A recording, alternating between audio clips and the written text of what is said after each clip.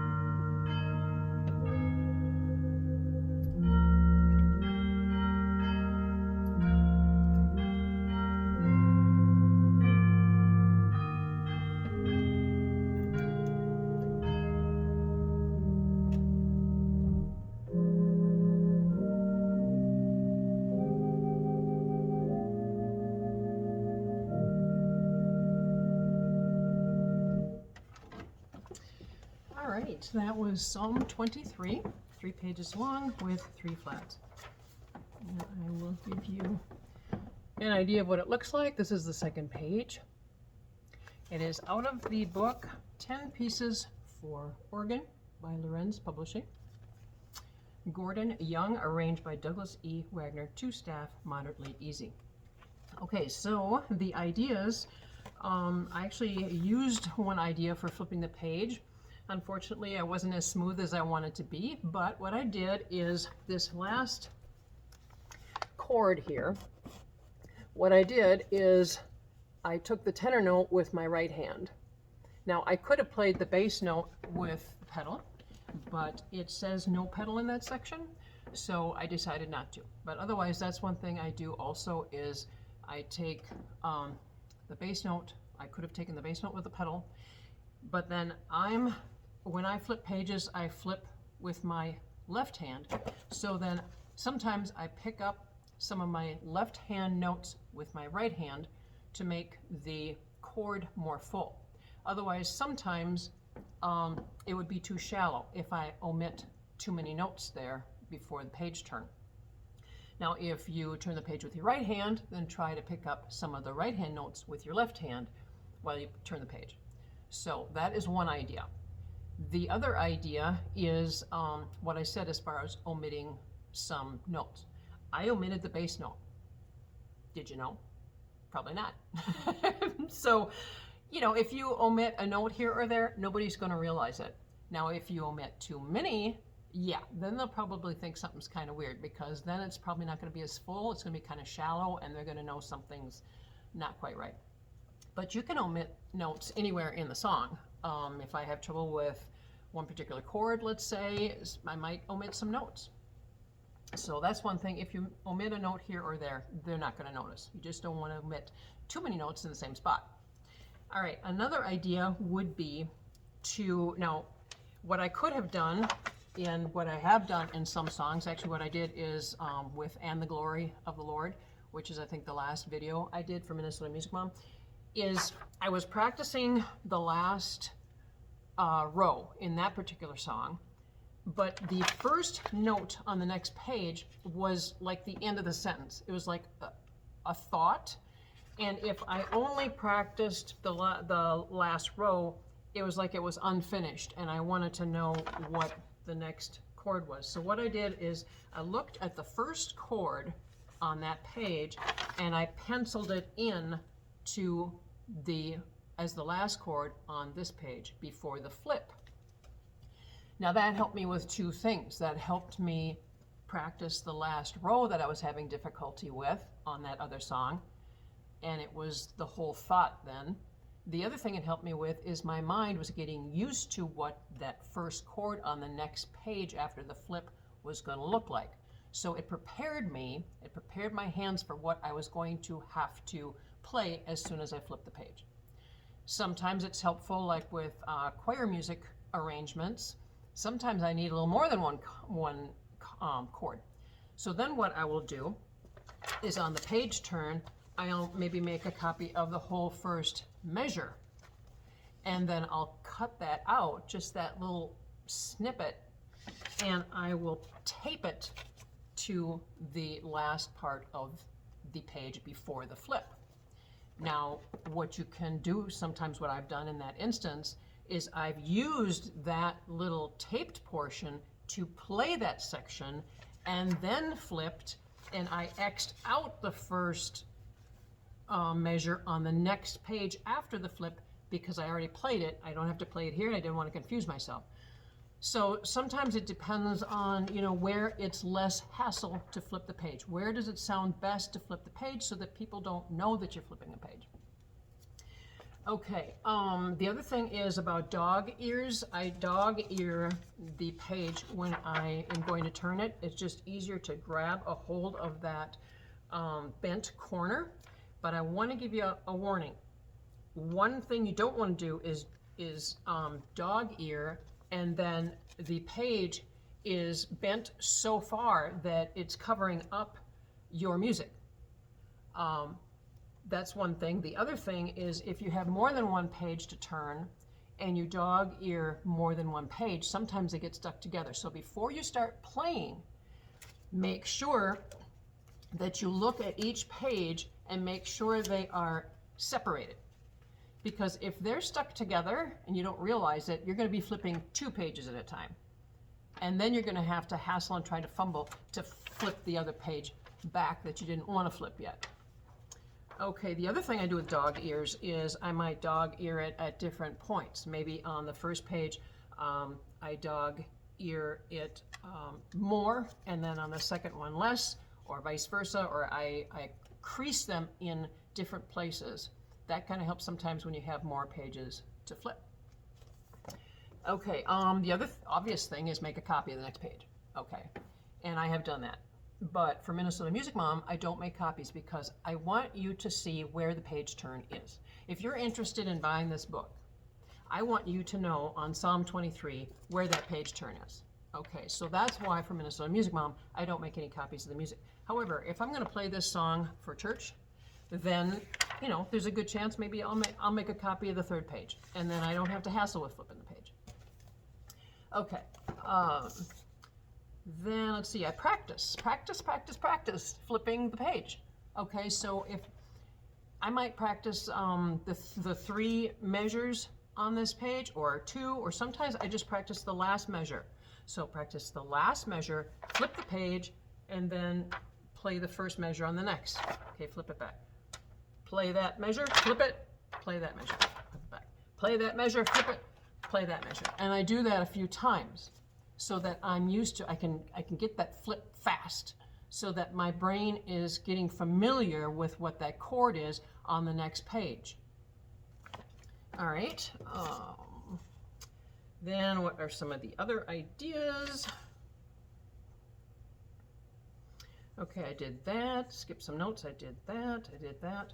Okay, so I think the only thing left for ideas, and if I've forgotten anything, if I think of more ideas, I will put them in the description. So please be sure to check the description of this video, because I'm going to put these ideas in there, and there might be something else I thought of that will be helpful. So I'll put that in the description. Okay, the last thing is, my cousin told me about this, and I checked into it on the website, on their website. I watched the video and read about it, and I ordered it, and I love it. What it is it's called Choreo Keeper.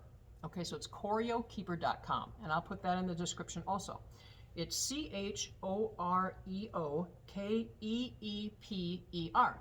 Now, what it is basically is a 3-ring binder. Oh, I know what I forgot to tell you is about choir music. Okay, mental note. I'll try to remember that. All right, so anyway, Choreo Keeper, it's a 3-ring binder, and it has little arms that you can flip up on the front, inside front cover and inside back cover, has little arms. And then you can order sheet protectors, either individual ones, which you can get anywhere basically, but from Choreo Keeper you can get individual ones, or you can get double ones. This is a double one, or you can get triple ones. Okay, so this particular song is the Welcome Song by Ann Trenning, and that is on a video also. If you would like to hear the Welcome Song, check the playlist area for that. Okay, so what you can do then is, like for the Welcome Song, what it is I put in page 1 and page 2, and then there's a little clip here that you can clip the music to, so that it's nice and flat and it doesn't flip on you or you know, bunch up or anything. All right, now for the Welcome Song, I didn't need a triple one, but I wanted to show you what the triple one looks like. So for the Welcome Song, I just fold this back and then clip it. But if you had more pages, you know, there's multiple pages. And in the video on the website, she gives you examples. She actually goes through examples of how you could best, or maybe it's in the comments, of how you can best arrange your music to flip the pages. Okay, so here we go. This is what, and then you put this up on your music rack. Now the only downside to this would be if for some reason your light puts a glare, you know, on the page protector. But I haven't had a problem with this. So Choreo Keeper, I will put that in the description. All right, so the other thing I was going to tell you is those of you that learn, well, it wouldn't just be for choir music, it would be, I mean, for any music, but what I do for choir arrangements, when I have to learn a choir arrangement, some of those choir arrangements are like, you know, 10 pages long, 12 pages long. I copy the whole arrangement and put it in a 3-ring binder. But before I copy it, I figure out where the best page turns are. So a good page turn might be between page 3 and 4. But maybe not. Maybe it's better between page 2 and 3. Maybe it's better between page 8 and 7 rather than 7 and 8. You just have to figure out where the easiest page turns are, and then copy it accordingly. So in the 3-ring binder then, I might have 1 page over on the left side and 2 pages, and then flip, and then I'll copy back to back. Okay, so I've got page 1 here, page 2 and 3, flip, page 4 and 5, or maybe not. Maybe I just have page 5 and then 6 and 7. Or maybe 4 and 5 and just 6, and then flip. So you can arrange your 3-ring binder however you want to arrange it. You can make your copies however you want to make your copies. It's wherever the best page turn is. The other thing I do is I trim the copies because I don't need a lot of that white margin. So the other thing is when I'm not practicing my music, I want to be able to fold up my 3-ring binder and store it. So now I've got all these pages, you know, hanging out. I've got 2 pages, or maybe on the very last page, if I have 1 page left, the last page I might have extended it for 3 pages. Okay, so what I do then is, let's say I have page 1 and 2 and 3 and 4 in my 3-ring binder. I trim page 2 just a little bit. I want to try to condense it, you know, so I don't have to be looking all the way over here, moving my 3-ring binder on the rack. So I trim page 2 just a little bit, and then I trim page 1 more so that I can flip it over. Okay, I tape the pages together with Scotch tape is what I do. I don't use sheet protectors. That would be, I could use this Choreo Keeper. I could do that, but for my choir arrangements, I would rather just continue doing it the way I've been doing it with Scotch tape. That just works better for me. But the Choreo Keeper, I mean, that's what the purpose for the Choreo Keeper also, if that works better for you for choir music. Okay, so anyway, I trim page 2 a little bit, and then I trim page 1 even more so that I can flip page 1 over and it doesn't get in the way of the 3 rings in the middle on the 3-ring binder. And then I have page 3, I trim it just a little bit because I don't need all that white margin on the side. And then I trim page 4 even more so I can flip over page 4. And I do that carefully with all the pages in the binder, so when I shut the binder, it's just the binder. It doesn't have any pages hanging out. That's what works best for me. Now, some of you might think that's crazy. Crazy talk. That's fine. You can think what you want. But that's what works best for me. All right. I think I covered everything now. So whatever I missed, I'll put in the description.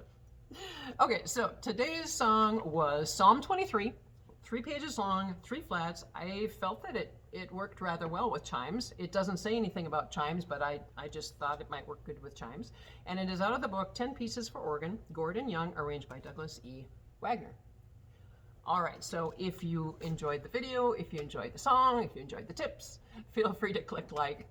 And if you would like to be notified when I upload another video, which I try to do once a week, either with piano or organ, feel free to click subscribe and the bell.